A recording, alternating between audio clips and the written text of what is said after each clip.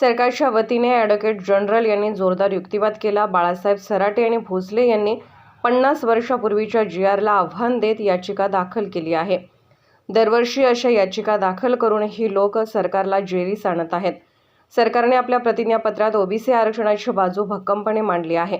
वेगवेगळे आयोग नेमून हे ओबीसी आरक्षण दिलं असल्याचं यात नमूद आहे।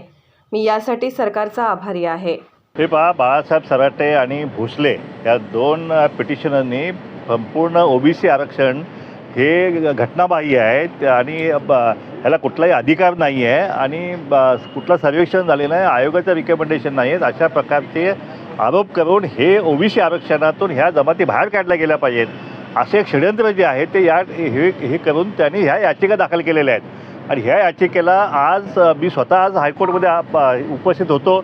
यावेळी शासनाच्या वतीने एजीनी जोरदार आक्षेप घेत 50-55 वर्षापूर्वीचे GR जे आहे ती ही मंडळी चॅलेंज करत आहेत आणि असंच प्रत्येक वर्षी नवीन ह्या याचिका दाखल करून सरकारला जेरीस आणत आहेत आणि विनाकारण ह्या गरीब समाजाला सुद्धा ह्या विनाकारण एका वेगळ्या ह्याच्यामध्ये घेऊन जात आहेत आणि हे थांबवलं पाहिजे। अशा प्रकारचं जोरदार ऑब्जेक्शन जे आहे ते एजीने आज हायकोर्टमध्ये केलेलं आहे आणि बाकी सगळ्यांचे काही बरेच इंटरव्ह्युनिंग आहेत, बरेच PIL आहेत, ह्या सगळ्यांचा हे करण्यासाठी पुन्हा आता कोर्टाने 7 तारखेला पुढची सुनावणी जी आहे ती 7 तारखेला ठेवण्यात आलेली आहे। आज दोन महत्त्वाच्या गोष्टी घडल्या म्हणजे महाराष्ट्र शासनाच्याकडून या ठिकाणी अफिडेव्हिट दाखल करण्यात आलं।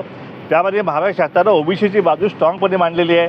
त्यांनी स्पष्टपणे त्यांच्या अफिडेव्हिट म्हणलेलं आहे की हे जे ओबीसीच्या जमातीनं आरक्षण दिलेलं आहे ते सगळे वेगवेगळ्या वेळी वेगवेगळे आयोग नेमलेले आहेत आणि त्यांच्या माध्यमातून हे सर्वेक्षण होऊन ह्या जमातीनं आम्ही ओबीसीमध्ये घातलेलं आहे।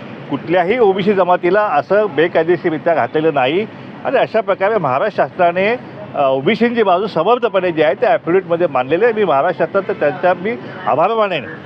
जे राज्य मागासवर्गीय आयोगाचं अफिडेव्हिट जे आहे ते अजून आम्हाला मिळालेलं नाही, त्यामुळे त्याच्याविषयी मी आत्ताच काय वक्तव्य करणार नाही। आणि त्याचप्रमाणे जे मराठा आरक्षणामध्ये जसे मोठमोठे वकील रफिक दादा, त्याचबरोबर मुकुल रोहतगी 20-20 लाख 90-90 लाख रुपये फी देणारे वकील जे आहेत ते एजीला सहाय्य करण्यासाठी दिले होते। आमची मागणी आहे सरकारकडे सुद्धा की या केसमध्ये सुद्धा, कारण ही सुद्धा सरकारची फार महत्त्वाची केस आहे, ओबीसींच्या आरक्षणाचं हायकोर्टमध्ये संरक्षण करणं ही महाराष्ट्र शासनाची जबाबदारी आहे आणि म्हणून जसं मराठा आरक्षणामध्ये जसे वकील मोठे वकील दिले तसे एजीना सहाय्य करण्यासाठी अशा प्रकारचे मोठे वकीलसुद्धा या ठिकाणी देण्यात यावेत अशी मागणी मी याच्या आपल्या माध्यमातून सरकारला करत आहे।